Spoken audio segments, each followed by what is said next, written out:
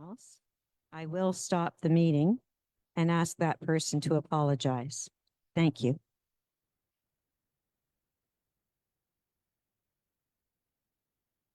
Number 5, lecture et adoption de l'ordre du jour, reading and adoption of the agenda. Could I have a resolution to accept this for the TNO agenda? Moved by Councillor Lynn Cameron. All those in favor? Opposed? And that carries. Yes? New. Would you like to open it? Thank you very much. Thanks for noticing that. I think I was so carried away talking about Mayor Spence and his microphone. So moved by Councillor Jean-Louis Corriveau. All those in favor? Opposed? And the meeting is officially opened. And now we will go to number 6. Are there any declarations of interest or conflict on this agenda? Nope. Seeing none, we'll go on to number 7. I need a resolution pour adoption du procès verbal de la dernière séance. Okay, thank you very much. Merci beaucoup. That goes to Councillor Sandra Armstrong. All those in favor? Opposed? And that carries. And now we go to public question period. However, this would be pertaining to the TNO, which is our unorganized territory. We will have a question period for our public meeting shortly after we finish this. Finances. Could I have Annie Vaillancourt come up and give us a presentation on compte payé? Bonsoir, good evening. For the TNO in the past month, there's just a few bills paid. So $1,466.52 for supplies and gas for the vehicles, hydro for the garage. That's about it. Thank you. Short and sweet. Any questions or comments? All right. Annie, I will now have you come to present 9.2, our 2023 TNO audited financial statements. And I believe you'll be introducing us. Yes, I know. Pardon me. For accounts paid, could I have someone move that resolution? Moved by Councillor Ed Walsh. All those in favor? Opposed? And that carries. Perfect. So now 9.2, Annie, and you'll be also introducing our auditor. We have with us tonight Simon Thibault, that I'm sure everyone remembers, presenting our audited statements for the TNO and later on for the MRC. So I'll let him the presentation and I'll do the translation. Merci Annie. Alors bonsoir tout le monde. Donc, bon, tout le monde me connaît, Simon Thibault. Aujourd'hui, je viens vous présenter vraiment les états financiers de TNO. Donc, comme vous le savez, il y a 2 choses que je vais vous présenter, hein, le rapport de l'auditeur indépendant et les états financiers. Pour moi, c'est le rapport qui est le plus important. Et je ne ferai pas de détour. En fait, le rapport pour TNO, là, il ne comporte pas de réserve. Donc, c'est le rapport standard. C'est un rapport comme l'année passée. Donc, ça veut simplement dire qu'il n'y a pas eu de dérogation auprès des normes comptables pour le secteur public, il n'y a pas eu de malversation, il n'y a pas eu de fraude dénotée. So yeah, for the TNO, it's going to be very similar to last year and a very basic presentation, since there's no issues to be presented like fraud or derogation. So yeah, so we'll go ahead with the numbers now, huh? Il y a the fun part. Donc, cette année, on y a été de manière un peu différente parce que, vous savez, l'état financier, vous en avez un dans chacune des municipalités. Là, c'est un gros document de 80 pages. Donc, aujourd'hui, on a simplement apporté l'état financier qui est condensé sur 5 pages. Donc, où je veux commencer, c'est vraiment à partir de la page. OK. C'est le rapport au complet. Donc, on va aller à la fin du rapport. Ça devrait être à environ la page 78.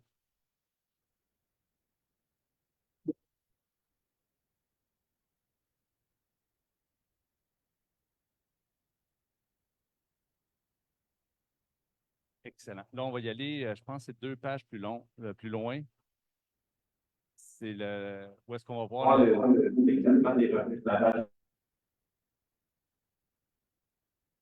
encore un petit peu plus loin. Exactement là. Donc, on a les revenus de fonctionnement. Donc, je ne veux pas analyser poste par poste, là. Tout ce qu'il faut savoir, je vais juste aller chercher ma page. Ce que je voulais vous montrer, là, c'est au niveau de la ligne 19, vous avez les revenus budget et vous avez les revenus réels. Donc, les revenus réels, 793 275. Au niveau du budget, 746 754. La principale différence entre le budget et le réel, ce sont les intérêts. Les taux d'intérêt ils ont augmenté, ce qui a fait que ça a généré plus de 30 000 au niveau des intérêts de TNO. Donc, c'est principalement la seule variation.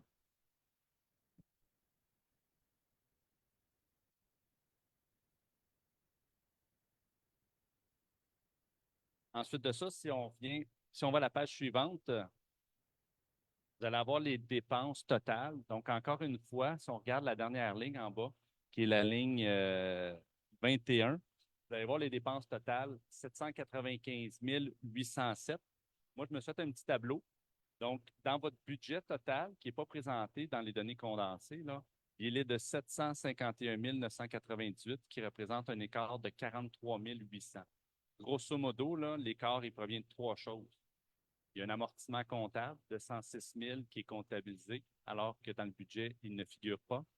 Il y a eu 44 000 en moins avec l'entretien des chemins des véhicules et il y a eu 15 000 en moins qui est en lien avec des comptes clients qui ont été recouvrés.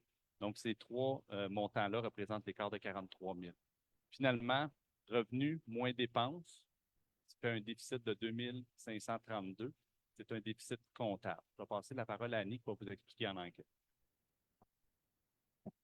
Okay, so what Simon was explaining is that for the revenues for the TNO, we had $793,275 compared to the budget that was $746,754. And the main difference between the budget and the real was the interest that we get on our the amount that's in our bank account. So with the interest being higher, there was a higher revenue. And so that's basically the difference there. As for the expenses, the total expenses were 795,807, and compared to the budget of $751,998. So there's a difference there of 43,809, which mainly comes from the amortization, which is an actual expense. So we put that back in 106,000. Then we minus 44,000 that wasn't spent on the road maintenance that actually got carried over for this year, and a 15,000 that we recovered from one of our bad debts. So revenues are 793,275, expenses 795,807, which leaves us with a deficit of $2,532. Si tu continues, tu vas... Excellent. Maintenant, si on retourne, c'est juste 3 pages plus haut, on va avoir vraiment le sommaire des résultats à des fins fiscales. Encore un petit peu plus haut. Encore, je pense que c'est l'autre page d'avant. Donc, tantôt, on a parlé à la ligne 7, l'excédent de fonctionnement de l'exercice qui était un déficit de 2532. Donc, ça, c'est le déficit comptable. Ensuite de ça, vous allez retrouver aux lignes 8 à 12, ce sont des éléments de conciliation. Donc, c'est vraiment des ajustements qu'on vient faire. Donc, à la ligne 8, 106 398. Donc, c'est l'amortissement comptable qu'on vient simplement enlever. Finalement, la ligne 12, 5 243, c'est un montant qui avait été mis dans le budget de 2023 lors de l'adoption. Ce qui fait en sorte qu'on a un total de 111 641 d'éléments de conciliation. Donc, à la ligne 15, TNO termine avec un excédent de fonctionnement de 109 109 qui est principalement dû à l'amortissement comptable. Okay, so Basically here, we're just saying that after we got to the deficit of $2,500, there's adjustments that have to be made, of course, for the amortization of $106,398 and the $5,243 that we had put in our budget from the surplus for 2023. So the end result for the TNO is a surplus of $109,109, which mostly comes from the amortization. Merci. La dernière page que je vais vous présenter, c'est 2 pages plus loin. C'est vraiment votre excédent cumulé. Donc, à la ligne 1, l'excédent de fonctionnement non affecté, donc les soldes cumulés d'exercice en exercice, représente 676 208 $. À la ligne 2.1, c'est le budget. Donc, lorsque vous avez adopté votre budget 2024, vous avez affecté un montant de 122 682 qui est affecté. Donc, les deux mis ensemble, là, ça représente plus de 790 000 $. On me pose souvent la question, et je vais y répondre immédiatement. C'est quoi le montant idéal qu'on devrait avoir dans nos surplus ou dans nos surplus accumulés non affectés et affectés? Quand on compare et on regarde les états financiers de l'ensemble des municipalités au Québec, c'est un seuil qui peut varier entre 15 et 20 Là, l'exemple est un petit peu mauvais avec TNO parce que c'est 100 de ces surplus qui sont affectés. Quand on calcule le surplus, c'est vraiment le montant des surplus accumulés qu'on divise par les revenus totaux. C'est ça qu'on dit un 15 à 20 normalement qu'on devrait avoir en réserve, mais TNO à 100 Lorsqu'on va avoir la présentation de tantôt de la MRC, je vais donner des comparables à titre d'exemple. Okay, so the last thing here for the TNO is just looking at our surplus, which is just under 800,000. And what Simon was mentioning, that often people ask the question of how much surplus we should be keeping. And according to, for all the other municipalities in the province of Quebec, they say that between 15 and 20% of your budgeted revenues is what you should have in your surplus. As for the TNO, it's 100%. So we have just under 800,000 in our revenues and same in our surplus. And we'll show you for the MRC after with some comparables of other municipalities and MRCs. And that's it for the TNO. Is there any questions? Merci beaucoup. Thanks, Annie. All right, could we have a resolution to approve the audited statements? Moved by Councillor Terry Lafleur. All those in favor? Opposed? And that carries. Thank you. Go on now to number 10. Crushed gravel stockpile for Jims Lake Road, a resolution. Jason Durant. Yes, thank you, Jane. Good evening, everyone. Bonsoir tout le monde. So this is a resolution for the crushing of 4,000 tons of gravel for the continuation of the refection work on Jims Lake Road and for the sanding of the road during wood hauling in winter. So we're supposed to have some forestry going on this winter on Jims Lake Road. So we'll have some crushed stone ready for them. So this should actually help out on the road's condition when we come back in the following year. Donc, résolution pour le concassage d'une réserve de gravier de 4000 tonnes afin de continuer les travaux d'entretien sur le chemin du gym et aussi là, pour le sablage du chemin lors du transport du bois. Resolution, please. Thanks for the reminder. Any questions or comments? Okay, could I have someone move this? Moved by Councillor Sandra Armstrong. All those in favor? Opposed? And that carries. Thank you. Then number 11, it is an intermunicipal agreement between the MRC Pontiac and Mansfield-Pontefract Jims Road. Jason Durant. Yes, so this is the resolution for intermunicipal agreement, which is annually. So this is between the MRC Pontiac and the municipality of Mansfield and Pontefract. And again, this is for the maintenance of Jims Lake Road from kilometer 18 to kilometer 40. Donc, résolution là, pour une entente intermunicipale là, annuelle entre la MRC de Pontiac et la municipalité de Mansfield et Pontefract. Et ça, c'est toujours l'entretien du chemin du gym là, du kilomètre 18 au kilomètre 40. Resolution, please. Thank you. Could I have someone move this resolution? Moved by Councillor Christine Francoeur. All those in favor? Opposed? And that carries. Thank you, Jason. And now we will conclude our TNO meeting. Could I have a resolution to close the sitting? Moved by Councillor Brent Orr. All those in favor? Opposed? And that carries. And the TNO meeting is closed. Now we go to our Council of Mayors public meeting, April 17th. The attendance has been circulated, and I'd now like a resolution to open the meeting. Moved by Mayor Karen Kelly. All those in favor? Opposed? And that carries. Just to remind you that this sitting is being recorded, and welcome again to our Facebook Live audience. And the recording will be added to our MRC website by tomorrow. Number 3, the declaration use of the language of your choice. I'll just read it in French. Je rappelle l'importance pour les membres du conseil régional et les autres participants à la séance de s'exprimer librement dans la langue de leur choix. Au besoin, il y aura la présence sur place d'une ressource de la MRC pour assurer une traduction. And the statement by the warden, I'll just read it in English. We are elected by the people of the Pontiac to represent them to the best of our ability. They expect us to conduct our meetings in a professional and business-like manner. I will be listening very carefully to the debate and discussion in this meeting, and if I hear any words of negativity or criticism of anyone else, I will stop the meeting and ask that person to apologize. Thank you. Number 5, could I have a resolution for the reading and adoption of the agenda? Moved by Mayor Doris Ranger. All those in favor? Opposed? And that carries.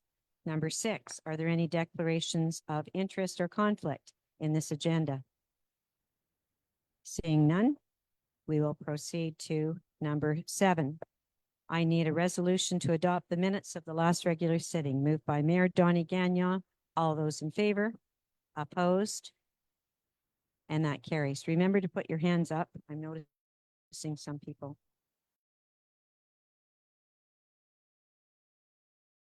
And she's joining us virtually by Zoom.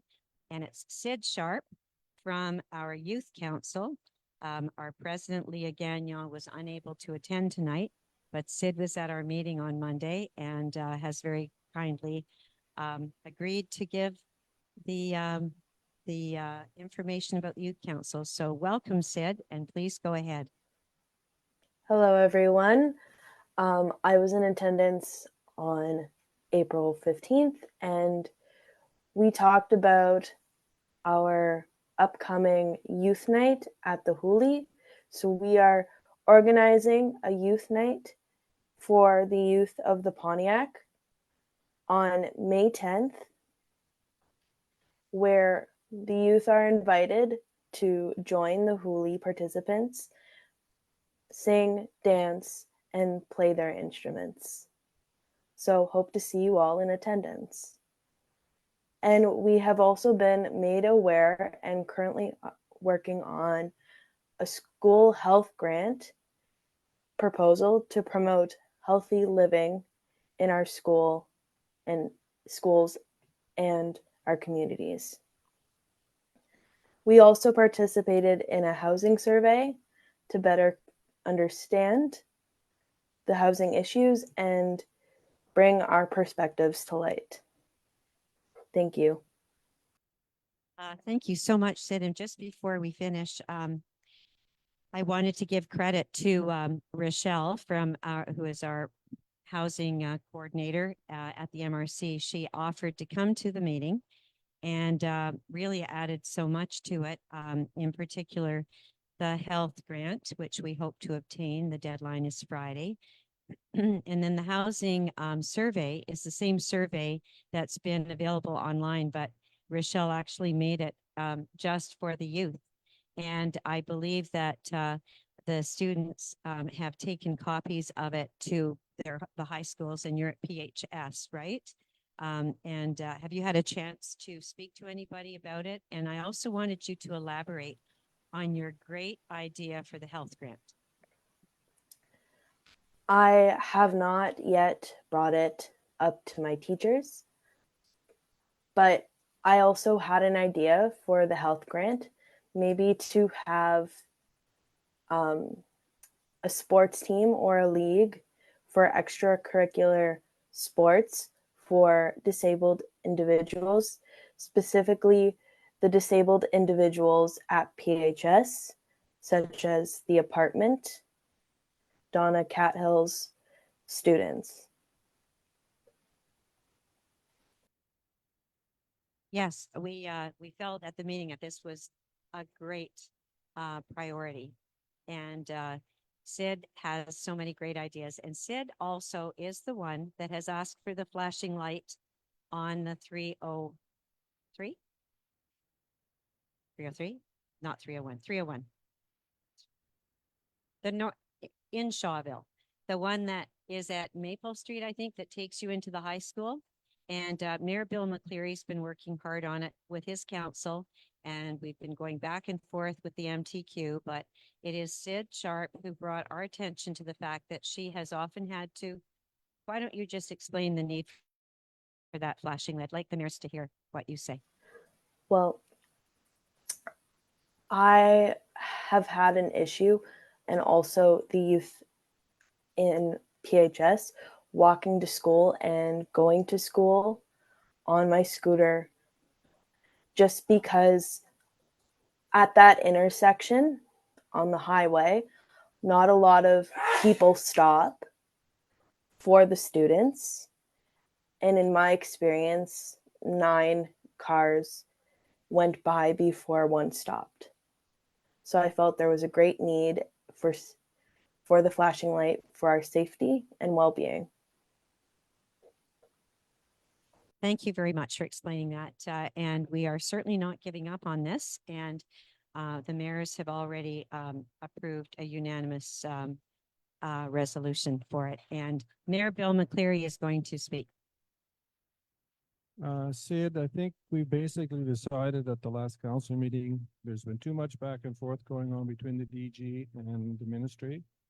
So the general consensus, we're going to put the sign up and beg forgiveness because we're not allowed. So we're just going to do it. So would this be a stop sign?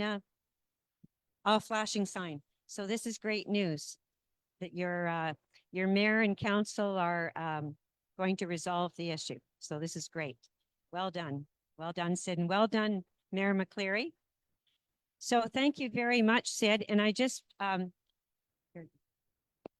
everyone. I'm speaking to Sid. I want to thank Sid on behalf of the Council of Mayors, and also say that if you'd like to stay on and watch the rest of our meeting, we'd be very happy to have you. And we'll see you soon. Thanks so much, Sid. All right. So next is the warden's report. So the month began with the unveiling of the new Outaouais identity in Gatineau with the other wardens. Had the investment committee, the CPO with Kim, Hydro-Quebec, Flood Prevention Task Force, the MTQ announcement with Raymond Pilon, Mayor Raymond Pilon, who was checking to see if the funding was coming for Front Street in Campbell's Bay. And apparently they're going to come here and meet with all of you and talk again about what's on the list and what the priorities are. Andre Fortin, meeting with him, meeting with les producteurs agricoles de votre MRC souhaitant vous rencontrer. William McDowell, Chamber of Commerce Black Tie event, Mayor Corey Spence, and myself and the mayors in each region attended the 5 town hall meetings, which were March 25th, 27th, April 3rd, 9th, and 10th. And I'm going to give Mayor Corey Spence a chance to say something. Okay, well, thank you very much. Yeah, I thought I was done holding this mic, but I guess I'm not. I just want to thank everybody for who came and attended. We like to hear everybody's voice for sure. And I think the presentations went over quite well. We did our best, and more to come with in terms of more research that needs to be done. And I'd also like to say thank you to all the mayors who came out and were there supporting their constituents. I think that was very important that they were there doing that. So that's it. And you did a great job. And thank you very much on behalf of all of us.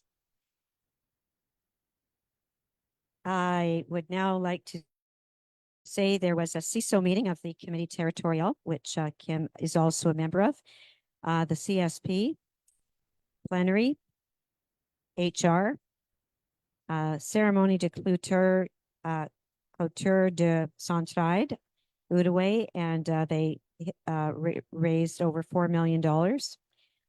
Actually, our breakfast that we had was mentioned, honorable mention, but we have a ways to go. I think we raised $4,000. Warden Chantal Lamarche raised 16,000.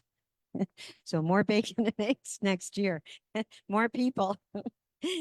And then FRR1, there was a great gathering of the PDZA at Little Red Wagon.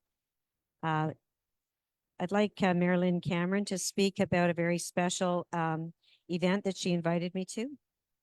Take the mic in front of you. Thank you. And turn it on.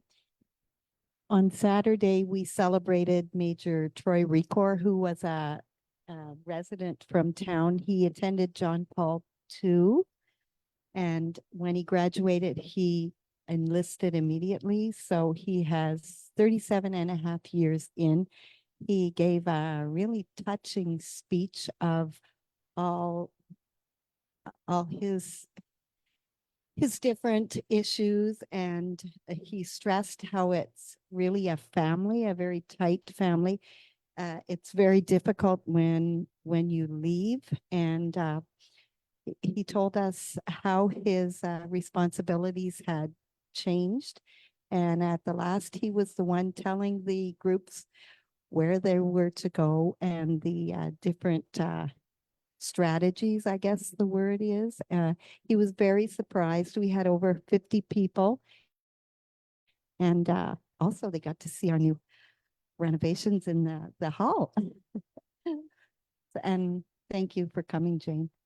Well, thank you for inviting me. And it was really a wonderful event. And in particular, he said that he saluted for the last time in his uniform because he can't wear that anymore. But it was so important, he said, out of all the plaques, he just wanted something from the mayor of Portage, because Portage is what's in his heart. So it was just great and good for you to have organized that, Lynn. I was invited to the Pentecostal Church on Sunday in Shawville because Dr. Terry Burns was preaching, and he's actually the principal at PHS. So it was quite a service. Renewable Energy Committee, we had a great meeting this week. Also, the Regroupement des Communautés Forestières. That's the FQM Forestry Committee I'm on.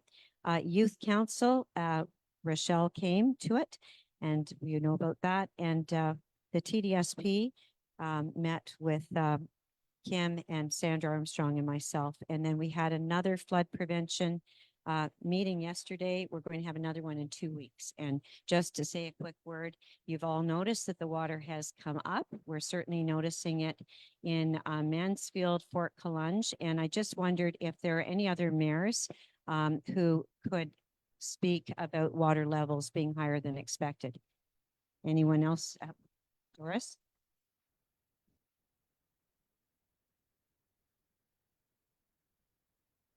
As soon as we hear a river going upstream, we start to worry.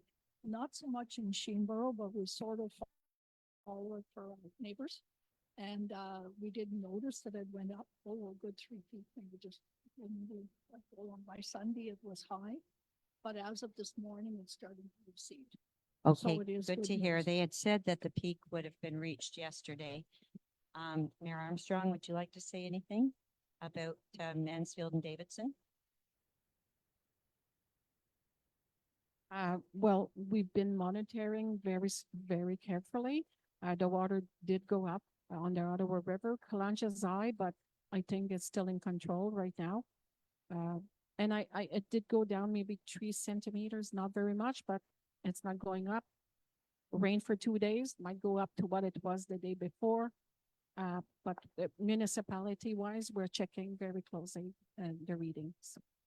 Okay, thank you. Anyone else like to say anything about this? One thing that came out of the meeting, you know, we have some citizen experts, Andre Boisvert and Dan Poole. It's very helpful. And we were at 107.55 yesterday, and 108 we have decided is too much water for the Lac Calange area in particular. But we now think that 107 would be a better number, because what we have no control over is rainfall. And we're getting a very different kind of rain. It goes on for hours and days, and it's heavy. And that can also take us over the tipping point. We also learned that the Temiskaming Dam is at 90% capacity right now. So I wrote to Minot Lalonde on behalf of the committee and said, please give us fair warning if and when that is going to be released. And the second thing that she's advised is that we get in touch with the individual dam operators, because apparently there is not a coordinated plan and they're all doing their own thing. And so we're going to I've now asked for the contact information, and it's going to be all the dams from Temiskaming down to Chinook. So we'll keep you posted. We hadn't expected any type of higher water really, because we had so little snow, but we're living in different times. And so that is the end of my warden report. Any questions on it? Okay. And so now on our agenda,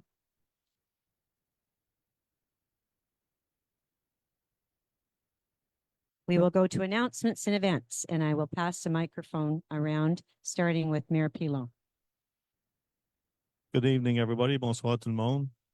One thing's going on, Camels Bay, in collaboration with the Maison des Jeunes, municipality of Leachfield and Camels Bay, en collaboration avec la Maison des Jeunes. La municipalité de Leachfield and Camels Bay, we're going to have a summer camp this year for the youth. And we're currently looking for animators. So all those interested between the age of 15 to 30 can apply for that position. All the information is on the Camels Bay website. Thank you. Aileen and Kaywood, nothing to report. Doris up from Sheenborough. The Young at Heart of the western part of the Pontiac is having a euchre tournament on April 28th, 1 to 4, registration at 12:30. That's it for me. Pauline Lariviere, Mayor of Leachfield. Raymond said what there was to say. Thank you. Bonsoir à tous, Alain Gagnon, Bryson. Le 4 mai sera, samedi le 4 mai, nettoyage du village. On peut tous se rencontrer en face du dépanneur là, dans nos bureaux de municipalité. So May 4th, it's a cleaning of the town. We do all the streets. We pick up what was left over the winter. So 9 a.m., May 4th. Thank you. Lucie Rivet, maire de Rapide-des-Joachins. Pour l'instant, nous avons beaucoup de choses qui s'en viennent. On n'a pas les dates prévues. On a la Saint-Jean, on a l'inauguration de l'ancien maire. On a plein de choses qui s'en viennent. Fait que le mois prochain, je vais avoir toutes les dates pour juin. Bill from Shawville. Ag Societies continue their bingos the first Wednesday of the month. So the next will be Wednesday, May 1st in the Ladies Handicraft Building. Not much partying going on in Shawville. We're continuing to work on our Mill Dam Park. There was some disappointment that it's not open already, but in a normal year, wouldn't even be thinking about it. They're doing some improvements to the playground area. That should be completed within a week, and it will be online to be open for the 1st of May. We may have to shut portions of it down throughout the season, but we will never close the gate. It's unbelievable how many people use that in the summertime. They go and eat their lunch, et cetera, et cetera. So it's an ongoing project. Hi, Sandra Armstrong. Bonjour, Sandra Armstrong de la municipalité de Mansfield et Pontefract. Donc, vendredi, le 3 mai, si je ne me trompe pas de date, ça va être l'ouverture officielle de la halte de plein air. au 313 rue principale à Mansfield. Vous êtes tous invités. Les maires, je vous lance l'invitation. Maires, I invite you to the opening of the halte routière in front of the Bryson House, because the signs with all the QRs, information for your municipality will be, the sign will have been received. And after that, there'll be information at the Bryson House. Aussi, 11 o'clock, 11 heures. Centre des loisirs des draveurs Century 21, Salon des entreprises du Pontiac. So at the arena, there'll be a Pontiac Business Expo. It would be on the 4th of May. And the tables, to reserve a table is $100. Donc, pour réserver vos tables, c'est $100. Et vous pouvez envoyer un courriel au centre de loisirs des draveurs à gmail.com ou envoyer un message privé sur Facebook Messenger. Donc, c'est tout pour moi. Christine Franca, Fort-Clange. We're having a burlesque show at the arena on May 11th. Doors will be opening at 6 o'clock. You can buy your tickets through Eventbrite, and all the funds that are going to be collected that evening will be going towards the arena. So come one, come all. It's supposed to be a great show. Good evening, Terry LaFleur, Otter Lake. Not a whole bunch going on. I guess everybody's getting ready for trout opening next Friday. The municipality will be hosting a public meeting town hall on May 4th at the RJCC, the RA, at 10 a.m. to discuss invasive species in some of our lakes and our next steps as to how we deal with them. Thank you. Ed Walsh, Mayor of Clarendon. I'm also the president of the Lions Club, so we'll give a little promo for that. We're well underway for our Shovel Lions Country Jamboree. It'll be the weekend of 18th of July to the 21st. We've already have 50-some trailers registered to come in for the weekend, so our goal is for around 200. So anyways, we're well on our way for that. Just a quick follow-up on what Bill said about Milldam Park. A lot of our Clarendon residents use Milldam Park too, and I was talking to the project manager down there today, and he's actually installing one of the new structures or swing sets and stuff like that. It's for specifically for handicapped kids. So I don't know if it's something we've had in the we've wanted in the past or whatever. So it'll give handicapped kids an opportunity to get out and play outside as well. And apparently they're also adding 2 outdoor machines or something like that for seniors that can actually go and work out in the park and that on a nice sunny day and stuff like that or whatever. So it gives them some other options instead of sitting at home or stuff like that. So anyways, that's all we have. Hello, Brent Orr from Municipality of Bristol. This month, going into next month, we're having Keep Bristol Clean. For details, please visit our website. We have contact number on there. If you do gather up garbage in your roads or whatever, you can call the number and we'll pick it up. Thank you. Lynn Cameron Portash. We don't have anything going on, except we do have our weekly card parties at 1 o'clock at the back of the Catholic Church Hall. Thank you. Jean-Louis Corriveau, maire de l'île du Grand-Calmier. Pas rien pour le mois de mai. Hi, Karen Kelly from Ladysmith, or Thorn, if you want to call it. Anyway, we have a new group starting to run the old CRA building. And it's a young group. We had a trivia night 2 weeks ago, and considering that it was their first episode of anything, they made money. And I wasn't the top pool player by a long time, but I paid my money. And anyway, we're hoping to have another trivia night next month.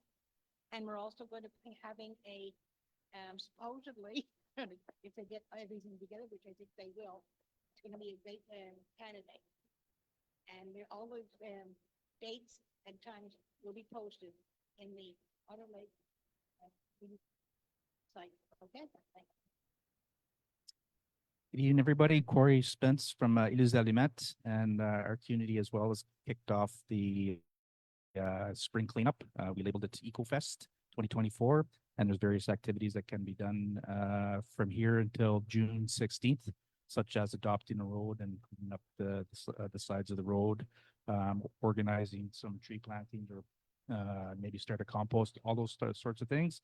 And if you happen to take a picture of that and send it into the municipality, you'll be entered into a draw for some prizes. So that's exciting. Okay, welcome, Chichester, Dolgonio Municipality of Chichester.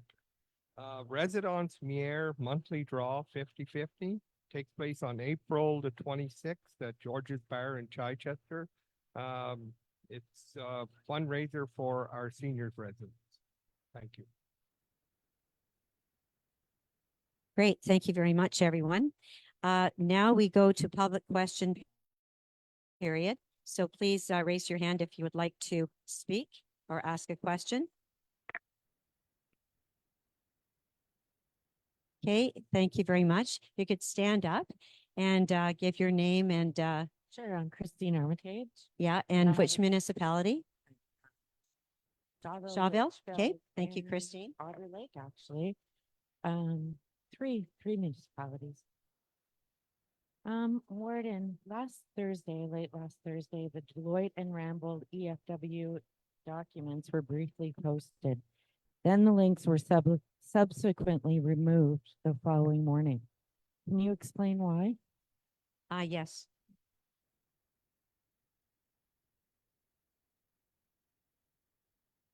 Okay.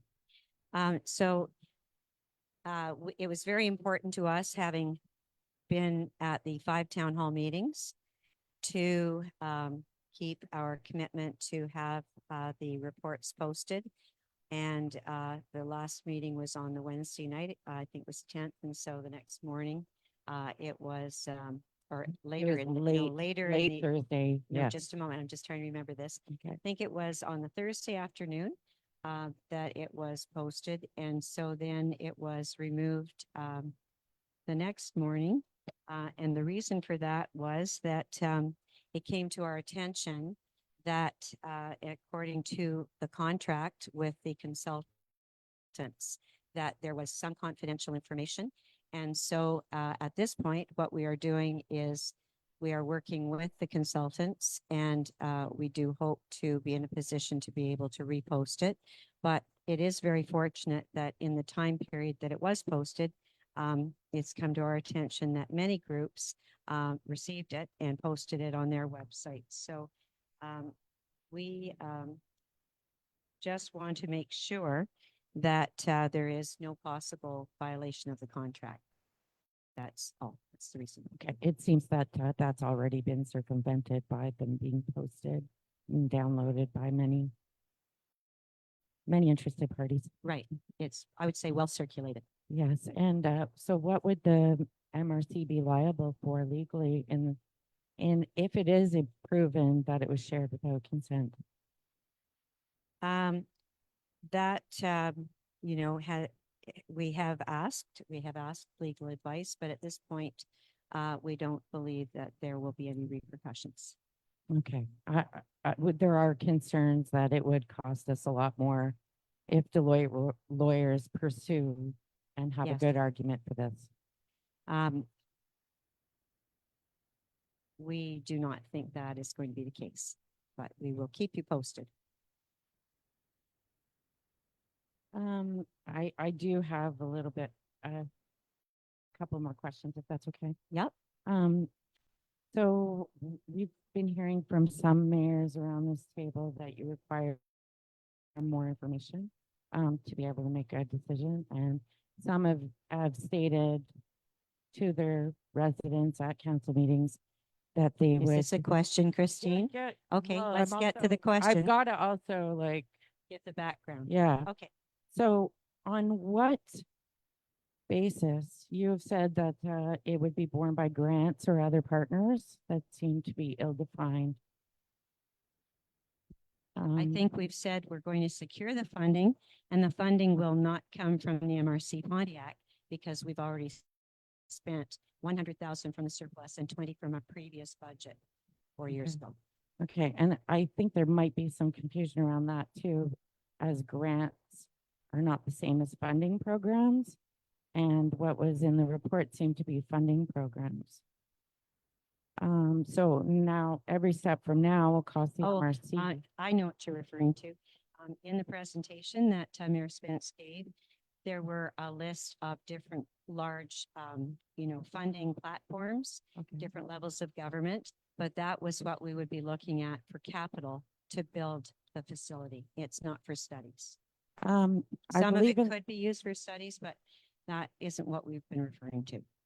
okay. Okay. From One what more I was question.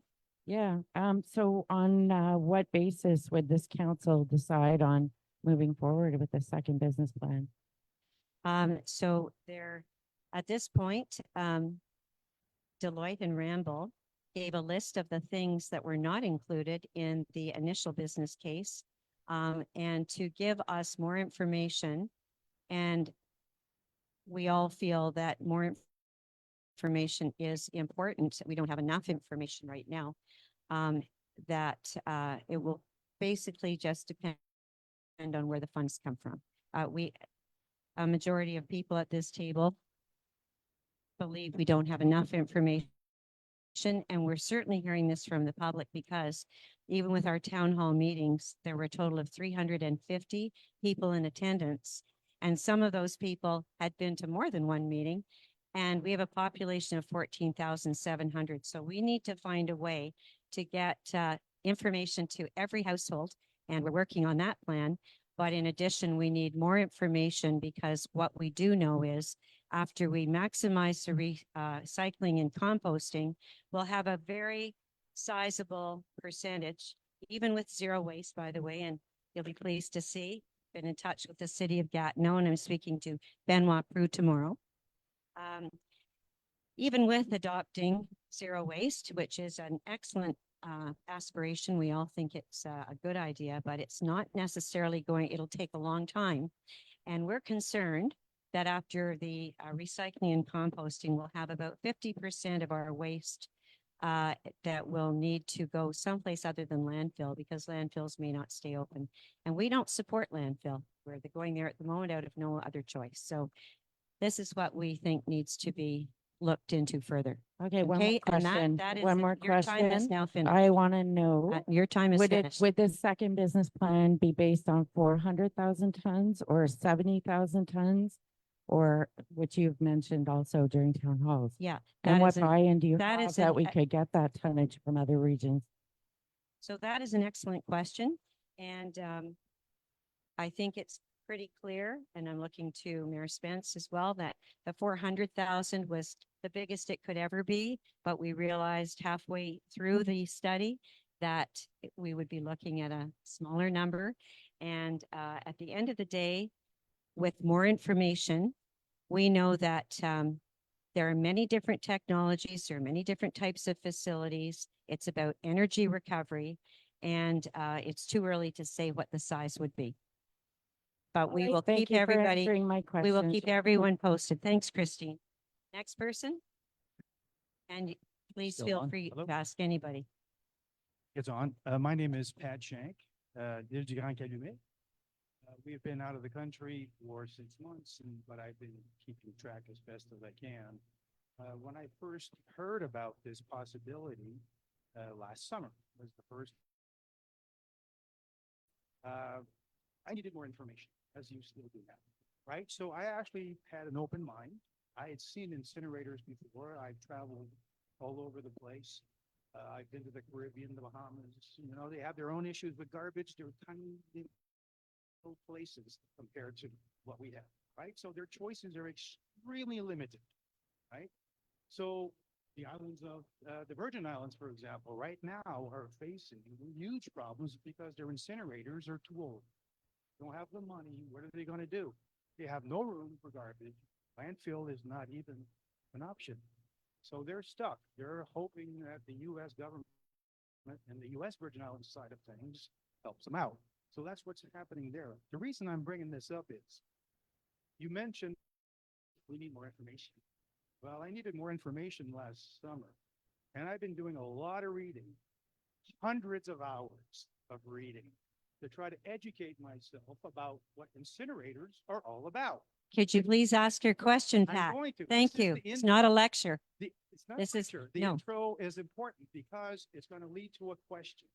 I have a solution We're waiting. to your information problem. And what is that? What if I was able to, on these screens, to get real professionals that can talk to you about common sense and how zero waste and the circular economy really works without an incinerator on the Ottawa River, which you all swore to protect. Okay, thank you. Is that your question? What if I can get one? Next month, I could have someone on these screens like Dr. Connett, Well, who will speak. to we've you heard Dr. individually. Connett. Actually, there's a gentleman who will probably give us the information that we need. I don't think so. Well, think that do you know Dr. Connett who this cannot is? Deal with every single concern and information requirement you may have. Okay, Pat, this is not an argument. Please, that's enough. Thank you very much. Sit down and I'll give a quick response. And my quick response is that, there are a lot of people who claim to be experts and none of us can be the judge of that. None of that. No, I didn't say that. Not at all. Please sit down. Please sit down. Please sit down. I'm going to have to ask you to leave soon. Pat. Thank you. Show some respect. Thank you. And I'm trying to answer your question. And so I'm answering his question first. Sorry, Pro Warden Armstrong. So we actually have been very fortunate over the last 6 months to have the global lead in the world on technologies. And this person has been directly involved with energy from waste. And zero waste, Pat, is a great idea, and we're going to look into it. It is a great idea. It's something that everybody should adopt, but it's not realistic and it won't just cause 50% of our waste to disappear. And so that's our answer at this point, but we need more information. All right, go ahead. Next question, Linda Davis. Hello, is this working, Mike? Yes, it is. We can hear you. Okay, it's unfortunate you referred to Bettina Kumak. At the Campbell's Bay #4 meeting, Warden Holler stated that Romble consultant for the MRC Pontiac who was engaged in a sole source contract on the recommendation of the warden, Bettina Kumak of Romble, was the engineer responsible for Plasco incineration debacle in Ottawa. Is this true? You said it in Campbell's Bay. Thank you for that, because I can clarify this. What I said was that at the presentation by Rod Bryden about Plasco, there was a room full of people, and she was the only one who had the courage to stand up and say, this technology will never work. She was also the only woman in the room, and she was right.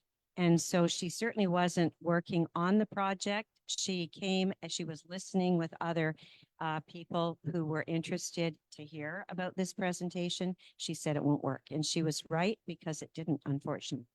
Well, that's very Okay, interesting no, because that's next let me go- question. Yeah, Next well, my question is not arguing. Next question. the next question is that she has given a chemical engineering opinion. You divulge it at a public meeting. Are you suggesting that perhaps you said to the woman that was an engineer herself, you were not capable or qualified to be able to interpret an engineering report? You said to her that she had worked at Plasco, you wanted her name, and then you said, we know all about Plasco, and then you named the person. Are you suggesting that Rod Bryden had an engineer that stood up? Let me finish the question. Stop interrupting, because you always have to. No, you do. So are you suggesting that the engineer that went into a room that Rod Bryden was who is a lawyer, who is a law professor, who is an icon in the high-tech industry, was prepared to not listen to an engineer who said it wouldn't work, the technology, in fact, tanked a $400 million project and over $1 billion of investment money? Is that what you're suggesting? I cannot even attempt to answer that. That was a lot of information you just gave. But going back to the woman who was at our Campbell's Bay meeting, She was really accusing us of not having the expertise and, you know, we agree, we're not the people with expertise, but we do feel that with Ramble being the #1 technology advisor in the world and Deloitte being #1 in financial, for our $120,000, we got excellent information and we feel that we're in very good hands. Okay, so And you're that's not all I retracting can your say. your suggestion that And she you was seem to engineer. know the person from Glasgow, and you were around, I think you said on council, when Glasgow I was said being in the early developed. days when it was a So mere you know suggestion. far more about it than we do. I No. really can't answer your Well, question. you're debating me, but I'm trying to actually ascertain, do you stand by your comments that this engineer, you suggested that she was the engineer that gave advice to a room full of men, that they didn't listen to her? Are you standing by that comment or not? I wasn't there, but I have it on good authority that it was Bettina Kamuk and no one else in the room that said it would not work. So I was impressed with that story because it told me that she knows what she's Are talking you not about. violating her confidentiality if she would have been No, engaged by no. she's engaged by an engineering She firm knows if she was there? no, I wasn't violating anything. Thank you very much. Are there any other questions? Would be nice if there was a question about our agenda. Anything, any interest in subjects on our agenda? Yes. Oh, sure. Okay, one is coming down to Christine. Okay, thank you very much. That's the end of our question period. I've got a question. I've been reading the paper every week, and I'm wondering why a few councils, especially Shawville, are not bringing this vote to their council members. I know I've been told, I'll be trying to tell you, Matt, it will be on the next meeting, and I appreciate that. But I'm seeing in the paper about Shawville that you won't bring it up. Why? Paper.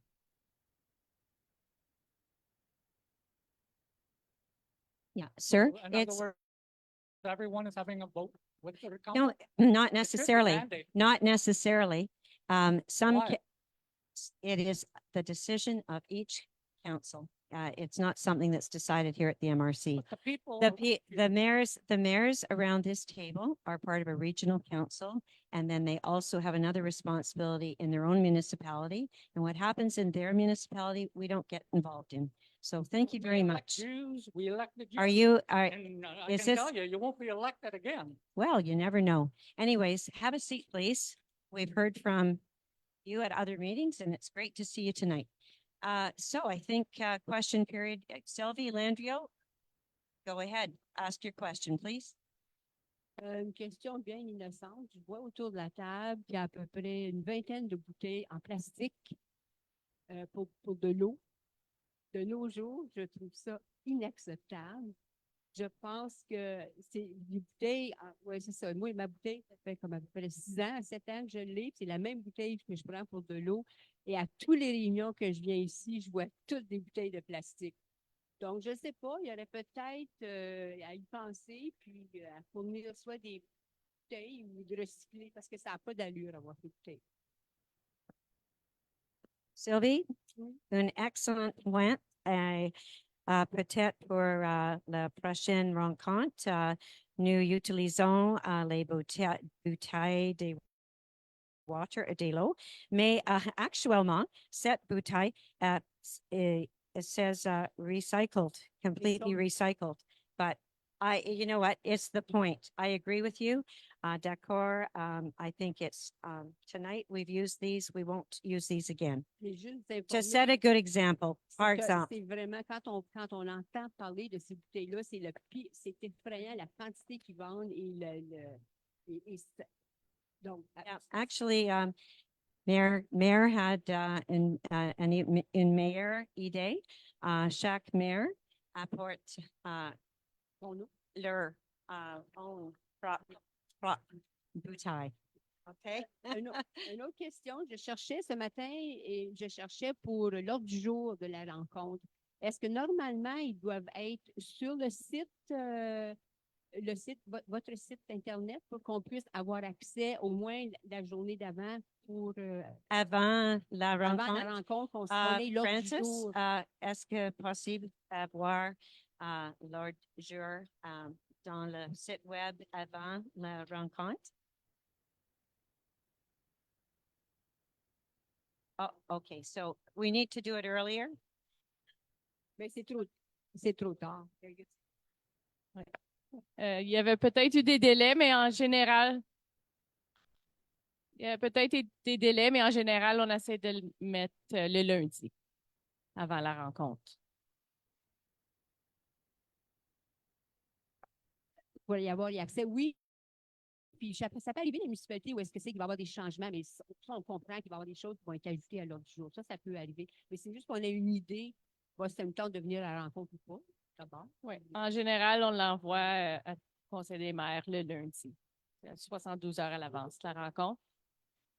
Oh, vendredi. On parle sur votre site web, votre site Internet plus tôt que tard.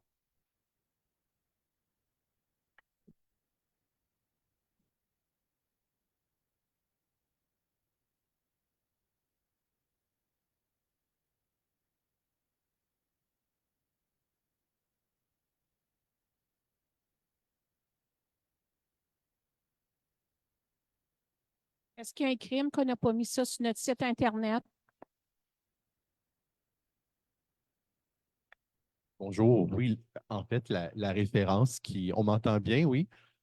Oui, bonjour. Habituellement, le conseil des maires, donc l'ensemble des élus qui font partie du conseil des maires, reçoivent l'ordre du jour 72 heures à l'avance. Dans notre cas, je dirais même que c'est plus de 100 heures à l'avance parce que l'ordre du jour est envoyé à l'ensemble des élus avec la documentation pertinente le vendredi. Et nous, on le publie habituellement le lundi matin, mais dorénavant, on va le publier dès le moment où il est envoyé au maire. Donc, dès le vendredi, il va être rendu accessible à l'ensemble de la population par l'entremise du site Internet de la MRC. Alors, il est publié. Aujourd'hui, il y a possiblement eu cette semaine un délai plus long qu'à l'habitude, mais habituellement, il est. Ah, oui, ben on pourrait voir avec Francis, mais habituellement, il est publié Francis, systématiquement chaque il a mois, mis à 5 effectivement, heures dans le cadre d'un avis public formel.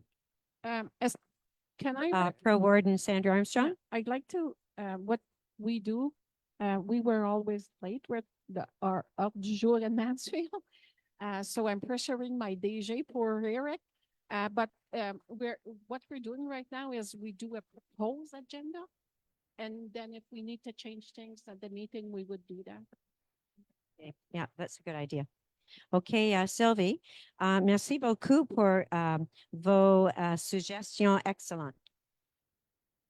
J'apprécie beaucoup. OK. Are we finished the question period? Any other questions anyone wanted to ask? Okay, well, we really appreciate your attendance here. We hope you'll stay for the rest of the meeting. Yes, actually, Christine, I'm sorry, you've already had your questions. How about one question or suggestion? Go ahead. I would like to ask about the website that Sylvie just brought up, because I noticed that there's a lot of things missing from the website that used to be on there previously. Now that you've got a new can you give an web- example of something? The PMGR reports, Oh, the the PMGR. environmental, Kim knows about this because I've reached out to, and I'm not getting resolution on those requests for information from your environmental page. It doesn't seem to have any documents, historical documents on the site, actually. Okay, No, but it's a apparently a complete bit of a cleanup. cleanup was done, but we will take a look. And I think the PMGR is an important report because it's talking about waste plans for the future. There's a ton of things, Okay. Kim, and I mean, Could you send us a list of what you're missing? oh yeah, for Perfect. sure. I That's will. great. Thank you, Christine. Okay, so merci beaucoup, tout le monde. And now we will jump back into the rest of this agenda. So we had, where are we? Okay, number 12. We are now going to general administration. Kim Lesage will begin with a report from the CPO 12.1. Government strategy to ensure the occupation and vitality of territories, the priorities 2025 to 2029.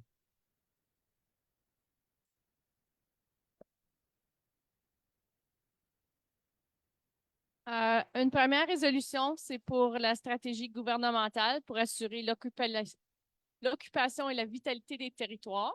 Alors, à la CPO, Conférence des préfets de l'Outaouais, on a approuvé les priorités régionales pour 2025-2029 pour l'Outaouais. Alors, les 7 priorités sont en lien avec the 7 priorities that we've adopted at the CPO are in line with housing, culture, education, proximity services, food security, economic development, and adaptation to climate change. So this is a proposal to approve the priorities for the Outaouais region for 2025 to 2029. Okay, any comments or questions? Okay, could I have a resolution, please, to approve this? Moved by Mayor Ed Walsh. All those in favor, opposed, and that carries. 12.2, assessment FQM, the evaluation resolution. Kim? The Property Assessment Department currently has over 2,000 files awaiting calculation. Le service d'évaluation, il y a présentement au-dessus de 2,000 dossiers en tenue à jour. Alors, c'est une résolution pour des travaux de la FQM. So this is a resolution for additional work from the FQM, Fédération québécoise des municipalités, for the calculation of at least 700 files for a total cost of $10,000 plus applicable taxes, and also a resolution to mandate myself to sign the documents for that contract. Okay, any comments or questions? I have a resolution to approve this, moved by Mayor Alain Gagnon. All those in favor, opposed, and that carries. 12.3, a bank account, the opening of one at the Caisse des Jardins des Rivières de Pontiac, a resolution, Annie Vinecourt. Oui, la MRC est en bénéficiaire d'une aide financière dans le cadre du programme d'accélération à la transition climatique locale. So the MRC is receiving funding for this program, accelerating local climate transition. So over $1 million is going to be received to the MRC to produce a plan. And we would like to open a separate bank account to keep track of the funds, because we have to also keep track of the interest that's accumulated on the funds so that we can put it back in. So a resolution to open a bank account at the Caisse des Jardins des Rivières de Pontiac in Mansfield, please. Any comments or questions? Okay, could I have someone move this? Mayor Brantor. All those in favor, opposed, and that carries. Finances, Annie Vinecourt, financial report, resolution.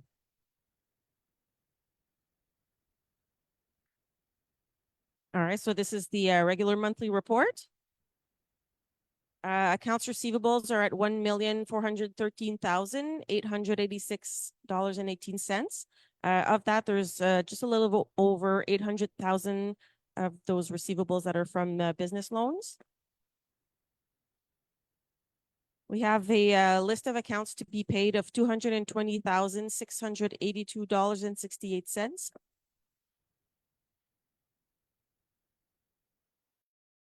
Also, in the payments that we've done in the past month, $348,764.47. There's been a little over about 128,000 that came from MTQ to go to Transport Action. There was payments to the municipalities for the fines from 2023. The purchase of the side-by-side, which we talked about before. Other regular phone bills, hydro bills. And the last one is the kilometers for the mayor's meetings. So $1,143.66 for the last one. Thank you. Thanks, Annie. Any comments or questions? Could I have a Thank you. A resolution, and that goes to Mayor Karen Kelly. All those in favor? Opposed? And that carries. So now we go to the budget for FRR Volet 2 stream. Okay, Annie? So this is the budget for FRR Stream 2 for 2024. So what we've done is we've accumulated all the funds that haven't been spent, even back from the FDT that started in 2015, and added it all up together so that we could budget it in 2024. So we have a total of $4,358,987. Of that, some are projects that are already in the making, and then lots of the funds, most of those funds will be allocated to new projects. So of that, there's a little over 2 million that are going to either private businesses or nonprofit organizations, municipalities for all their projects. Then we have a couple of agreements, one being the Entente Sectorielle Bialimentaire, that's 66,000. And our calc every year, that's for in culture of 6,000. There's management fees for the MRC 130,000. And then we have a whole list of projects that are going to be worked on mostly by the Economic Development Department, but also environment. And there's culture, tourism, the PGMS, environment, sports and leisure, all in there. So that's just a little over $2 million as well. And included in there is some funds, 300,000 going towards the employees that work in that department for the economic development. So so that's the budget. So it balances $4,358,000. Is there any questions? Any questions? Could I have someone move this recommendation moved by Mayor Christine Francoeur? All those in favor? Opposed? And that carries. Thank you. And now 2023 MRC audited financial statements. I'll let Simon start in French. Alors, bonsoir. On va faire ça un peu différemment. Pour les états financiers de la MRC, je vais rentrer immédiatement dans le vif du sujet. Donc, on va présenter l'état des résultats. On va regarder le bilan puis les surplus affectés. Puis à la suite, je donnerai en conclusion mon rapport de l'auditeur indépendant.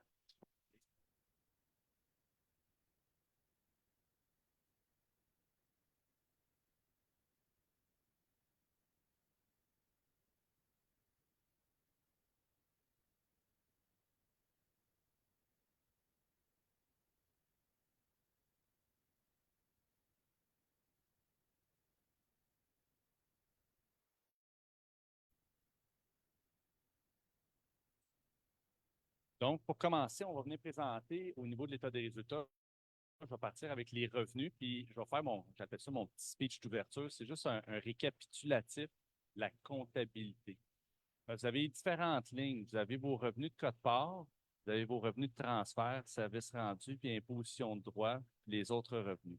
Donc, au niveau de vos transferts, ben, ce sont tous les subventions que vous recevez du gouvernement, que ce soit pour les projets du FRR, du projet anciennement le PT. Vous avez les projets du programme la SHQ avec le PRR, le PAD. Vous avez Entreprise Accès Québec. Vous avez tous vos programmes de subvention. Ce qu'il faut savoir, c'est que si vous voyez à la ligne 15, 5 739 086 en revenus, théoriquement, c'est parce que vous avez engagé les dépenses. Donc, si j'ai pour 5 millions de revenus, ça veut dire qu'on a engagé pour 5 millions de dépenses. Donc, au niveau des transferts, ils généreront jamais soit un excédent ou soit un déficit. Revenu égale dépenses. Si on regarde ensuite de ça, les services rendus, donc à la ligne 16, vous avez 522 742 en réel. Mais les services rendus, en fait, c'est tout ce qui inclut le TNO, la SAQ, les ventes pour taxes, puis les services professionnels. Donc, au courant de l'exercice, l'écart entre le 522 742 et le 418 000, ben, c'est essentiellement les bureaux d'immatriculation qui est responsable de l'augmentation des revenus. À la ligne 17, imposition de droit, le 827 392, ben, essentiellement, ce sont vos baux de villégiature puis les amendes sont redistribués à l'ensemble des municipalités. Donc, pour les baux de villégiature, revenus égale dépenses. Donc, si vous avez généré plus de revenus que de dépenses, ben, à la fin d'exercice, on va faire un ajustement comptable pour que revenu égale dépenses, parce que c'est une affectation externe. Et si on regarde finalement la ligne autre, à la ligne 18, 419 142, comparativement à 35 300. Au niveau des autres revenus, là, vous avez les TPI dedans qui représentent pour 99 000 TPI, c'est à peu près la même chose que les baux. Donc, s'il y a 99 000 en revenus, il va y avoir 99 000 en dépenses. La différence, c'est vraiment vos revenus d'intérêt. Donc, tous les revenus qui sont générés par les comptes FLI, FLS, PAU, PME, intérêts bancaires. Donc, ça a totalisé au courant de l'exercice là, pour plus de 320 000 ce qui explique la différence. Donc, revenu total, 11 660 466 comparativement à 9 504 059 qui sont essentiellement expliqués là, par baux de villégiature, les TPI, les revenus d'intérêt ainsi que l'augmentation des revenus de transfert.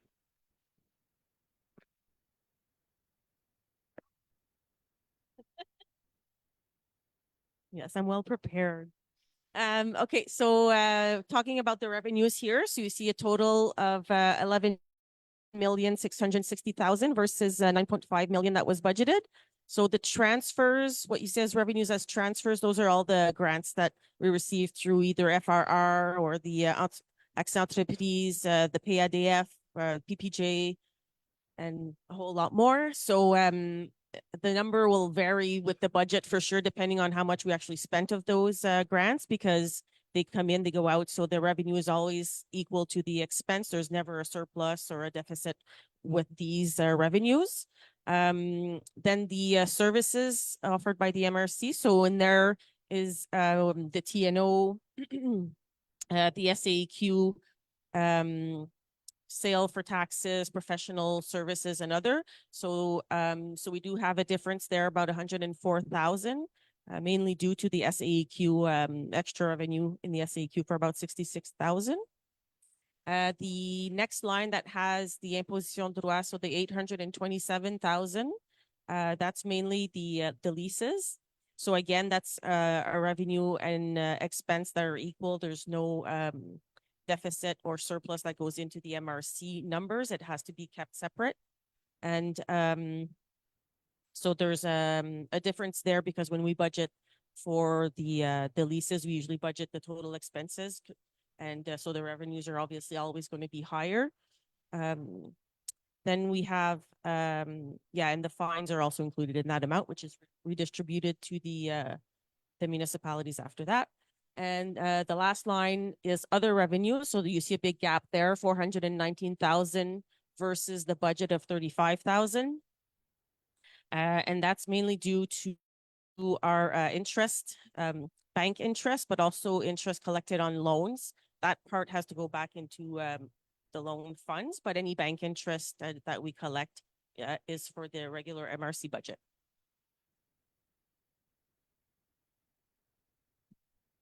Maintenant, on va aller à la page suivante pour voir les dépenses.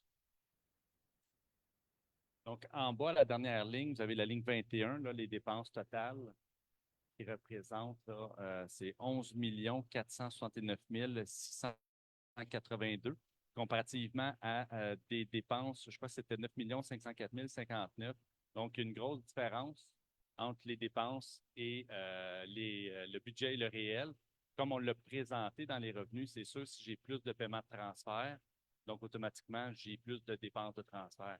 Si j'ai plus de revenus dans les baux de villégiature, donc ultimement, dans les dépenses, j'ai plus de dépenses en baux.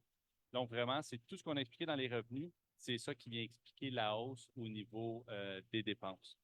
Je vais immédiatement passer, c'est à la première page, donc ça, on vient 3 pages plus haut. C'est juste pour montrer revenus moins dépenses.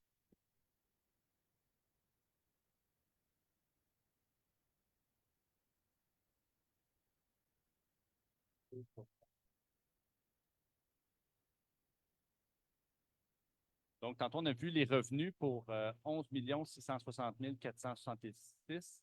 Je viens d'expliquer brièvement les dépenses là, pour 11 469 682, ce qui fait que la MRC termine avec un excédent de l'exercice de 190 784. répète que cet excédent-là, c'est un excédent qui est comptable. Je vais passer le micro à Annie qui va l'expliquer. Puis ensuite de ça, on regardera les éléments de conciliation qui arrivent à l'excédent fiscal. All right, so for the expenses, we have a total of 11,469,682 versus a budget of 9,416,458. So there's a difference of a little over $2 million. As we explained in the revenues, it's basically the same explanation. So because the grants, you have an increased revenue in grants, well, your expense is the same. So higher in the revenue, higher in the expense. Then looking over here at our revenues versus expenses. So the difference between the two shows a surplus of $190,784, which is the accounting surplus, but there has to be adjustments made to which we're going to get to now.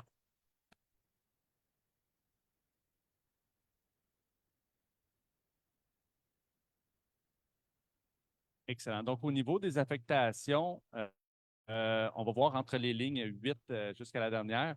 Donc, la première, la ligne 8, 286 981. Donc, un peu comme TNO, c'est l'amortissement comptable. Donc, ce n'est pas une dépense admissible. Donc, on vient simplement l'enlever. Ensuite de ça, la ligne 10, 57 600, mais ça représente le remboursement sur la dette à long terme. À la ligne 11, activité d'investissement. Au cours de l'exercice, la MRC a acquis des immobilisations pour une valeur de 17 361 $. Ces dépenses d'investissement-là qu'on appelle, ils ont été financées par vos activités de fonctionnement. Et finalement, à la ligne 12, il y a un 21 509 $. En fait, le 21 000, là, c'est un combiné de plusieurs choses. Là-dedans, il y a eu des dépenses qui ont été financées par des surplus accumulés pour 12 044 $. Il y a également la dépense qui a été faite pour le business case de Deloitte, qui a coûté 109 000 $ qui a été financé par vos surplus accumulés. Il y a également un 20 000 $ qui a été transféré pour les élections, les prochaines élections. Et finalement, il y a un 80 111 $ qui représente tous les revenus d'intérêt qui ont été générés par les prêts FLI, FLS, PAU, PME, qui n'appartiennent pas à la MRC. Donc, eux autres, on les a simplement enlevés via les affectations. Donc, à la ligne 15, l'excédent de fonctionnement de l'exercice à des fins fiscales de la MRC représente 424 313 $. Si on a juste, tantôt, on a expliqué beaucoup de variations, mais une des variations essentielles là, qui représente 400 000 $, c'est qu'il y a eu une diminution de la masse salariale parce qu'il y a des employés qui ont simplement quitté au courant d'exercice, puis les postes n'ont pas été remplacés. Vient principalement expliquer là, en grande partie pourquoi la MRC termine avec un excédent. Okay, so from that 190,000, there's adjustments that have to be made to get to the actual accumulate or surplus for the year. So we have to add back in the amortization of $286,981. Then we have the reimbursement on our long-term loans, $57,600. So that comes off. There was also purchases for $17,361 for capital assets. And then another variation of $21,509, which includes some expenses paid by a surplus of $12,044. Also using of the surplus for the Deloitte business plan, $20,000 that is reserved for the election fund, and $80,111 that is interest revenues from the loans and dans les réserves, the financial reserve.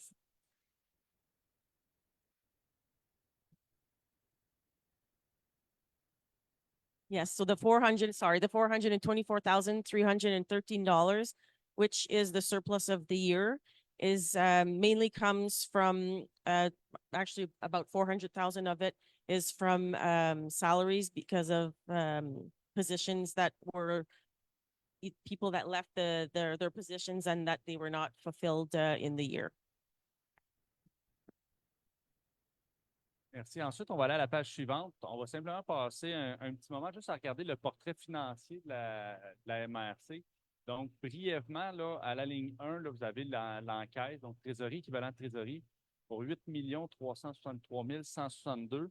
Simplement pour vous montrer, là, la MRC, elle a 5 68 000 environ qu'il y a dans ses comptes bancaires qui représentent toutes les subventions des FRR là, qui n'ont pas encore été dépensées. Ensuite de ça, FLI-FLS, PAU-PME, c'est environ 1 million de dollars qui est dans le compte bancaire. Et quand on regarde les baux de villégiature, environ 2 300 000 dollars qui est dans ces comptes bancaires-là, ce qui constitue le 8 363 162. Ensuite de ça, au niveau des débiteurs, 1 837 591.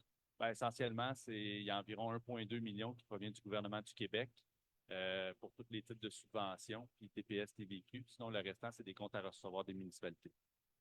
À la ligne 4, on a la rubrique Autres pour 946 926. En fait, il est constitué de 2 éléments. Il y a les prêts FLI-FLS pour 790 000 et il y a le partenariat qui a été comptabilisé il y a quelques années. Vous vous rappelez, vous avez un partenariat avec Connexion FIB-Picanoc. Donc, c'était un 157 000 qui est présenté comme un actif. Ensuite de ça, vous avez votre dette à long terme à la ligne 7 pour 2 703 441. À la ligne 9, autres, qui est constituée de 2 postes. Il y a vos revenus reportés, donc toute subvention qui a été encaissée, mais l'argent n'a pas été dépensé, pour 6 300 000 et vous avez vos comptes à payer au 31 décembre pour 1 400 000 $.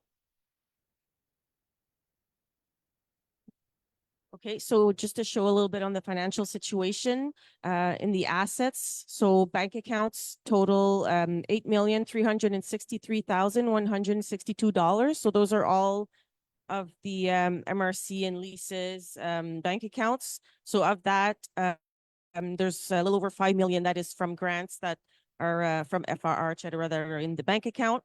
We have about $1 million that are in our 2 loans accounts for the FLI and FLS loans, and the leases about 2.3 million. Then the other line is our accounts receivables of 1,837,591. There's about 1.2 million in there that are to be received from the government, and the rest are just regular receivables to the MRC. Other assets, 946,926. So that is the loans. So the FLI, FLS loans, there's about 790,000 there. And the partnership with Connexion FIB-Picanoc, which is an assets in our books for 157,000. Then we have, c'est ton tour, là, je pense. M'en allais trop. Finalement, à la page suivante, on va regarder vos surplus accumulés. Donc, tantôt, on a indiqué que vous avez terminé avec pas loin de 400 000 $ d'excédents, donc qui ont été rajoutés dans les excédents de fonctionnement non affectés. Donc, à la ligne 1, la MRC a 1 300 816 d'excédents non affectés. Ensuite de ça, dans les lignes 2.1, 2.2, 2.3, elle a des excédents affectés. Donc, elle a mis de l'argent pour son budget de l'exercice 2024 pour 144 897. Et elle a 2 projets qui représentent des affectations là, pour Oiseau Rock pour 1112, ainsi qu'autres projets pour 19 797. Donc, le total des surplus affectés, 165 806. Quand j'ai présenté TNO tantôt, j'ai dit, quand on regarde les statistiques, normalement, les municipalités vont essayer de maintenir un surplus non affecté et affecté qui représente entre 15 et 20 %. Je me suis amusé tantôt à aller faire des comparables dans les MRC du Québec. J'ai essayé de trouver des MRC proches, mais on a essayé. Donc, juste à titre comparatif, la MRC de Papineau, elle a dans ses surplus accumulés affectés 21 %. La MRC des Collines, 7 %. La MRC d'Arthabasca, 33 %. La MRC d'Argenteuil, 23 %. La MRC des Moulins, 49 %. Et votre municipalité, la MRC de Pontiac, 13 %.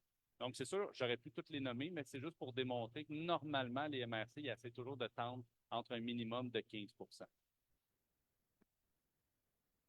Puis, finalement, je peux même y aller avec vos réserves financières. Là. Vous avez votre fonds de roulement qui est un 25 000, Et pour l'achat d'immobilisation, vous avez votre fonds local d'investissement, donc le FLI, 883 845, le FLS pour 116 190 Ça, c'est vraiment des sommes qui sont réservées.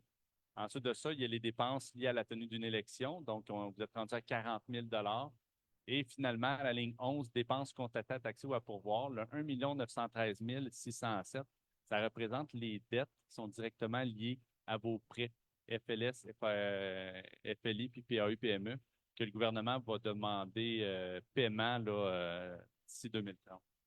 Et finalement, investissement dans les immobilisations, ben, c'est vos immobilisations corporelles, moins votre dette qui est directement liée avec ces immos-là, qui totalise 4 959 044 Okay, so just to explain our accumulated surplus. So the non-affected accumulated surplus is $1,300,816. Then we have some surplus that is all affected to certain projects. So $144,897, which was reserved in the budget to balance the 2024 budget. There's a little bit left in the Oiseau Rock surplus of $1,112 and other of $19,797. So there's $165,806 that is reserved from the surplus. And then what Simon was mentioning, he was doing found some comparisons to when he was mentioning a while ago of how much you should have in your surplus, about 15 to 20% of your budget.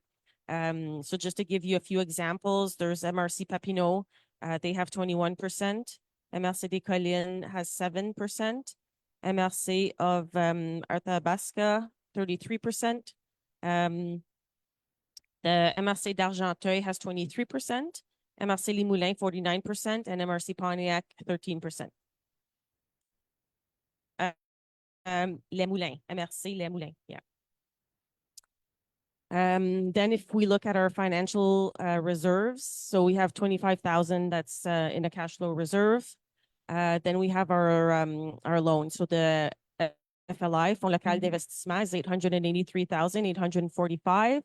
The other loans, the FLS, Fonds Local de Solidarité, $116,190. And then there's the funds reserved for the elections, which is at 40,000 right now.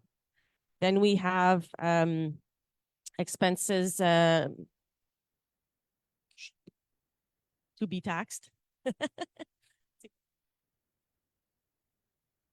Oh, we see that.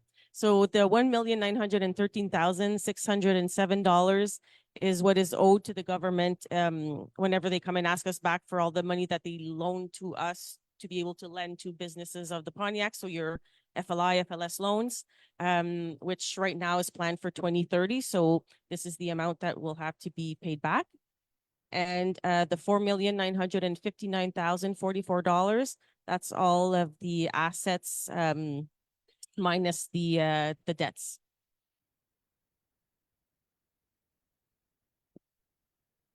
Maintenant, je vais conclure avec mon rapport de l'auditeur. J'en ai pas parlé dès le début. En fait, je vais dire ça sommairement. L'audit s'est très bien passé. Encore une fois, il n'y a pas eu de fraude, il n'y a pas eu de malversation, il n'y a pas eu de dérogation auprès des normes, sauf pour une chose. En fait, tantôt, je vous ai présenté le partenariat avec Connexion Picana. Donc, c'est un autre cabinet comptable qui fait l'audit. Puis malheureusement, les états financiers de Connexion Picana n'ont pas été approuvés encore pour 2021, 2022. Les états financiers n'ont pas encore été faits pour 2023. Donc, quand je fais le consolidé, quand je mets le partenariat dans vos états financiers, je n'ai pas l'information financière pour ajuster la comptabilité. Donc, à cause de cet élément-là, il y a une réserve dans votre rapport de l'auditeur qui vient simplement dire, c'est une opinion avec réserve, mais on vient vraiment identifier que c'est à cause du partenariat que la réserve, le restant tout est correct. So on the last note is the report from the auditor. And so everything went well for the audit and there was no fraud or problems like that. There is just the one thing that has to be noted is the partnership with Connexion Picana, because we do have to consolidate them into our books for the share that our MRC owns in it.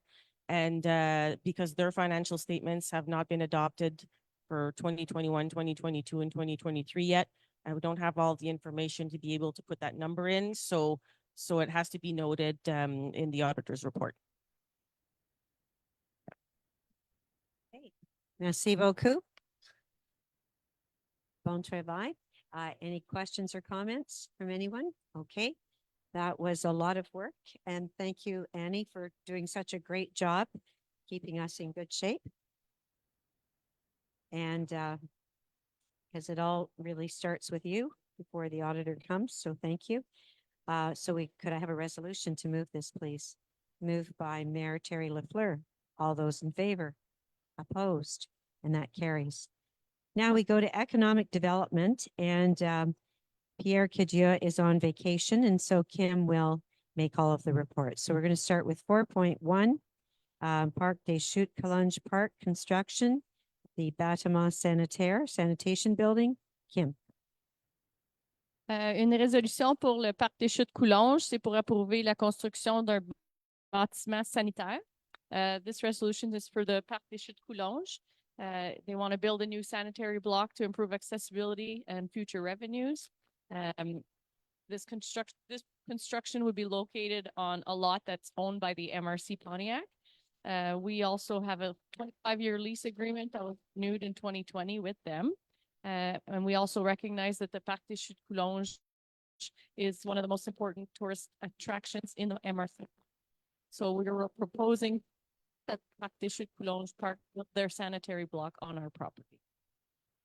Could I have a resolution, please, for this? Pro Warden Sandra Armstrong. All those in favor? Opposed? And that carries. 14.2. Rayonnement des producteurs agricoles au Bureau d'information touristique. Kim? Une résolution pour un projet dans le domaine agricole et agro-touristique à la MRC de Pontiac au Bureau d'information touristique. So this is for an agro-tourism project at the MRC Pontiac's tourism office. We are a centralized location here, and we have a tourism office booth that's open all summer long, 7 days a week. So we thought, and because the MRC, one of our goals is to promote development of local products and agro-tourism attractions as part of our vision. So we are proposing to showcase our local producers and aim to offer local population and tourists a unique opportunity and place to buy products that they might not be able to find accessible elsewhere.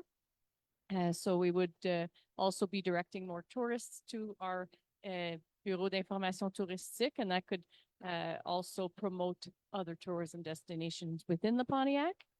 There would be a digital sign also integrated into this project to improve visibility and presenting the project and upcoming events in municipalities.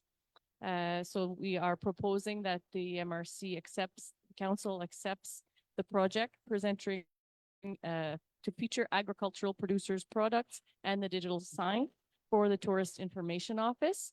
And it would be also requiring an amount of $86,406.91.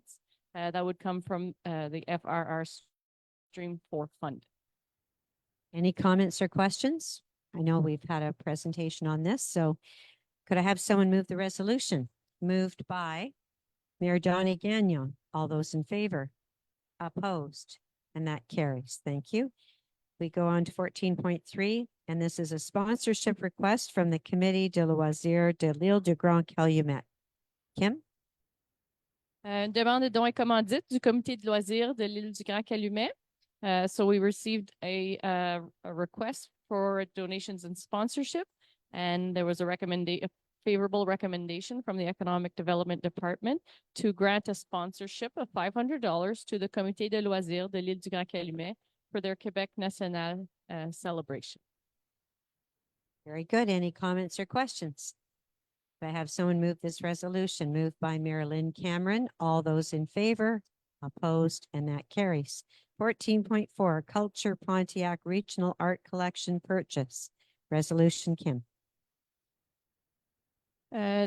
Cette prochaine résolution, c'est pour l'achat pour la collection d'art régional de la MRC de Pontiac.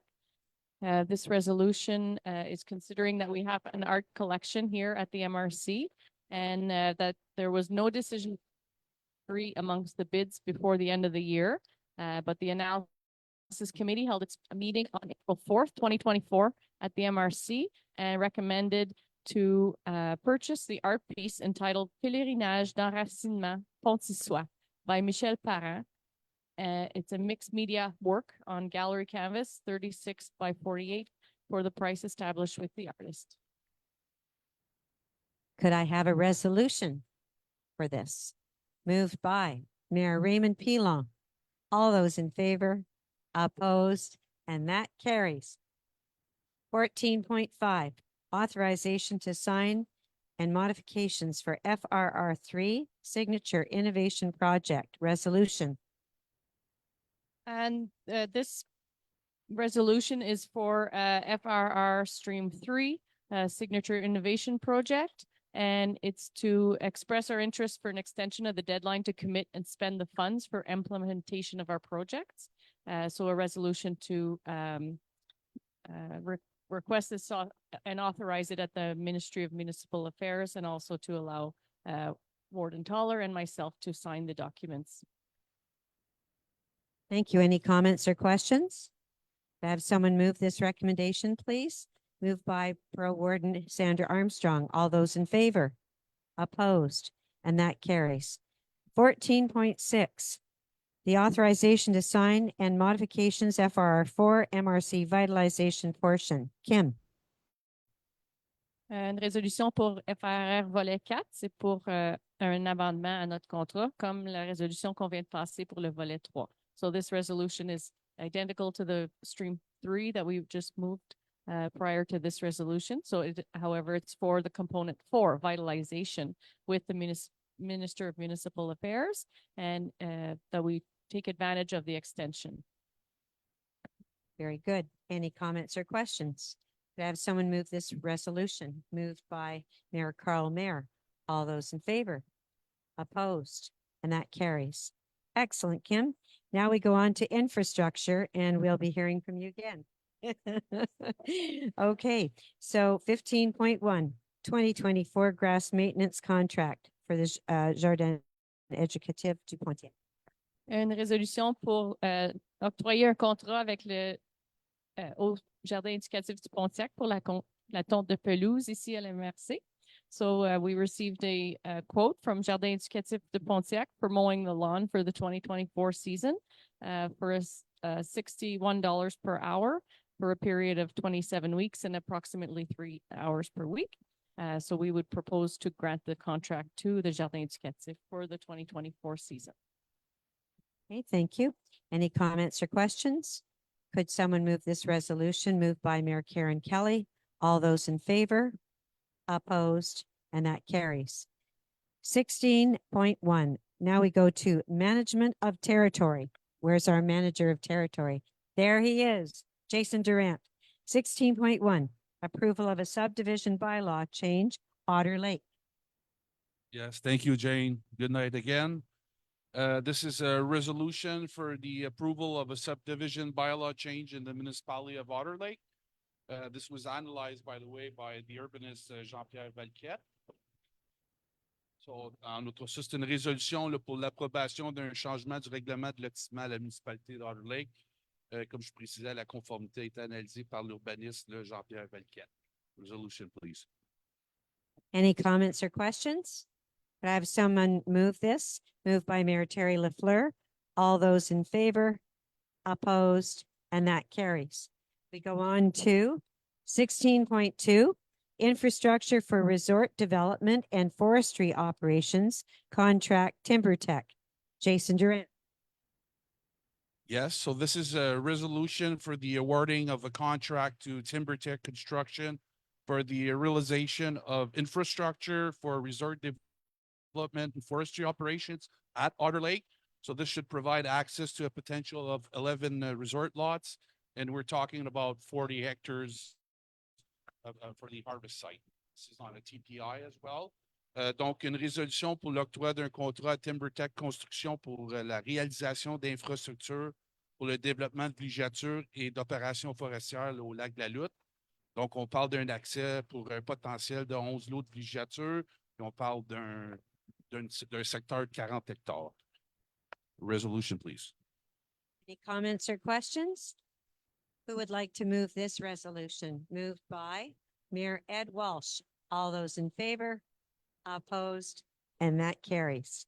16.3, our famous Fête de l'Arbre et des Forêts 2024. Jason. Yes, so again, this year, this is a resolution for the authorization of Tree Day. Again, we're giving out, we're giving out trees from the ministry. Sorry about that. Barbecue as well, fundraiser for Boeuf Pontiac. As well, no, those are actually for the fundraiser. So for Boeuf Pontiac, like I said, and we're trying to have, and it looks good to have a representative of the private forest sector. So the Agence des Forêts Privées de l'Outaouais and the groupement. So it's looking good to have them around for a part of the day. Again, donc, I'll say it there, donc une résolution pour l'autorisation là, pour aller de l'avant avec la fête de l'arbre et des forêts. Donc, évidemment, on va distribuer des arbres. On va avoir un barbecue levée de fonds pour Boeuf Pontiac. Comme je disais en anglais, on va essayer d'avoir aussi des représentants de la forêt privée, tels que l'Agence des forêts privées et le groupement forestier du Pontiac. And by the way, this is not official, but we're tending to have it on the 24th of May, which is a Friday. For sure, we'll have an official an announce of this there. Donc, on s'enligne pour le 24 mai, qui est un vendredi. Par contre, on va avoir un communiqué là, officiel qui va confirmer la date de l'événement. Resolution, please. Any comments or questions? Could I have someone move this? Yes, go ahead, Mayor Ranger. No, we're going to have them actually at the beginning of the week, so we'll be able to hand them for the municipalities that ask for them as well. So, sorry. Would you like to move the resolution, Mayor Ranger? Okay, moved by Mayor Ranger. All those in favor and those opposed, and that carries. Thank you. So now we go to 16.4, forest management work on TPI. Jason Durant. Yes, so this is actually just a resolution for the coordination of forest management work on our TPIs, as we just mentioned for the Otter Lake Harvest site, and we hope to be able to do the Nelson site as well in Thorn. Donc, résolution là, pour la coordination là, des travaux d'aménagement sur certains TPI pour cette année, dont le fameux chantier à Otter Lake et celui aussi du lac ou Nelson qui est à Thorn. Any comments or questions? Could I have someone move this? Moved by Mayor Karen Kelly. All those in favor? All those in favor? Those opposed? And that carries. Thank you. Thank you. And Jason has one more. Call for tenders for the collection, transportation, and disposal of household waste. Very important. Yes, definitely. So again, this is a launch for call for tenders for the reception, transport, and disposal of household waste for the territory of the MRC of Pontiac. So the goal is to be able to award a new contract in June. So considering that the agreement with the McGrimmon is ending in August. Donc, c'est des solutions là, pour lancer les appels d'offres pour la réception, le transport et l'élimination des ordures ménagères pour le territoire de la MRC de Pontiac. Donc, puisque le contrat de la gestion des matières résiduelles se termine au mois d'août, l'objectif, c'est d'octroyer un contrat là, lors de la réunion du mois de juin. Thank you. Any comments or questions? Would like to move this resolution. Moved by Mayor Terry LaFleur. Actually, Mayor Terry LaFleur. All those in favor? Opposed? And that carries. No, actually, someone else had his hand up first. And I was thinking you've had a few tonight, but that's all right. And I was also thinking Mr. Waste Management. That's what I was really thinking. Okay. Thank you very much, Jason. Great job. All right, we go to number 17, miscellaneous. And we have one item, HR file, Kim Lesage. C'est une résolution pour un dossier en ressources humaines, a resolution for an HR file. It's to decree the dismissal for cause of employee number 349, which its dismissal would be effective upon adoption of this resolution.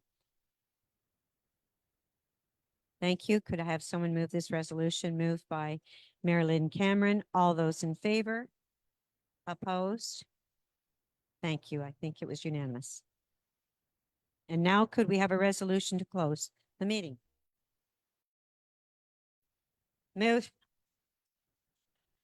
Pardon. Oh yeah, Odie's not here. Odie, if you're listening in, this is yours. However, we need someone who's at the table. So moved by Mayor Cora Spence. All those in favor? Opposed? And that's unanimous. Thank you very much, everyone. And thank you to our staff. And thank you to Kim.